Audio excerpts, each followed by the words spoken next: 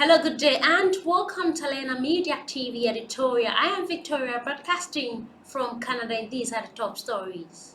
How the UN and the West feel Sudan as Tigray aid blockade continues. Nearby areas also desperate need of food and medicine. Tigray rebels leave Ethiopia, Afar region, TPLF spokesperson says. Bringing you this in detail after the short break. Stay tuned.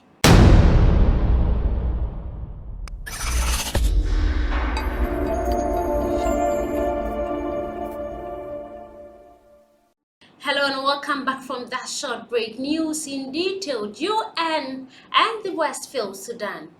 Self-delusion and negligence stop government and aid agencies from facilitating a genuine and lasting transition to democracy. 3 years ago last month, Sudan overthrew its autocratic leader Omar al-Bashir. For the United States and the United Nations and international community, Sudan revolution was seen as a historic opportunity to transition in a dictatorship into a democracy. The United States pledged $700 million to support the transition to democracy, in addition to around $600 million in annual assistance. The US set up a mission to support the election. French leader Emmanuel Macron held a high-profile international donor conference to support the civilian government. But today, Sudan Democratic Movement is all but stamped out. A military coup against the civilian prime minister in October 2021 halted hopes of a real transition.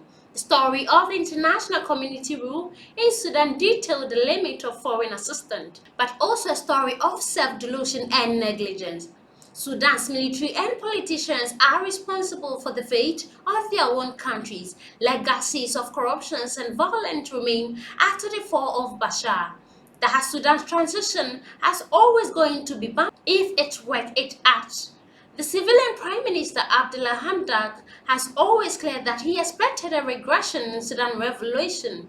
Hamdok and other technocrats in civilian government lacked political skills to use the little clout they had and were constrained by a constitution that gave the military near total power. There has a window of opportunity to make important reforms before a counter-revolution that was missed not only by that technocrat but also by those foreign nations and institutions that wanted to support the democracy. Lessons from the international community assistance to Sudan are important because Bashar will not be the last dictator to be overthrown. If democracy supporters want to do a better job of supporting transition to democracy, they must learn from the Khartoum-bound transition. Moving on to the next story, as Tigray aid blockade continues, nearby areas also in desperate need of food, medicine and support. Despite Ethiopian declared humanitarian ceasefire with Tigrayan rebels, aid groups say they are struggling to get food and medicine to those in need. Even outside the West affected area in Tigray, which have limited reported providing aid, is fraught risks and challenges. In Ethiopia, northern and Amhara region, bent tanks and other military equipment lie as the roadside 4 months after occupying forces of the Tigray People Liberation Front. As the region recovers from a brutal civil war, the UN said some 9.4 million people in the Amhara region and neighboring Afar and Tigray regions need humanitarian assistance. But aid has been slow to arrive. About 30,000 people displaced by conflict live just north at Help. A local government representative said there has been a little support shortly after the Tigray People Liberation Front left after the area had been a conflict zone for the month. But he said aid has been distributed only twice since, and the aid provided by the UN or the federal government is not enough. North of the Amhara region in Tigray, where journalists are banned from entering the UN, said the situation is worse with famine-like conditions. Tigray is under a de facto humanitarian blockade, according to the UN organization. Moving on to the last story, Tigray rebels leave Ethiopia Afar region, said the Tigray People Liberation Front spokesperson. Tigray rebel forces have withdrawn from the neighboring region of Afar in Ethiopia.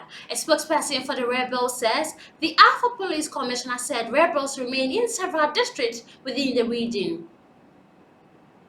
Monday, forces have left all Afar, adding that they hope to meant that desperately needed food aid could have finally arrived in Tigray. The police commissioner in Afar, Ahmed Harif, said Tigrayan forces had withdrawn from the town of Apala but were still in 3 of the region's districts and in control of the highway between the Abla and the Tigray capital, Mekelle.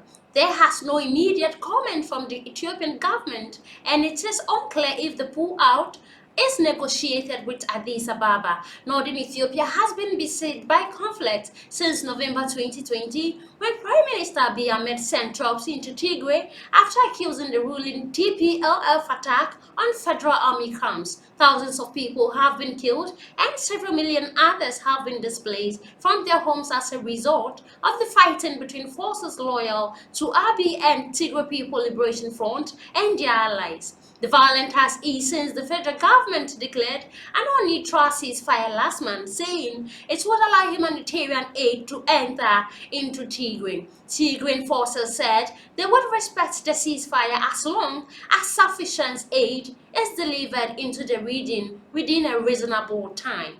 This is where I end the editorial on Elena Media TV. I am Victoria, and thanks for watching.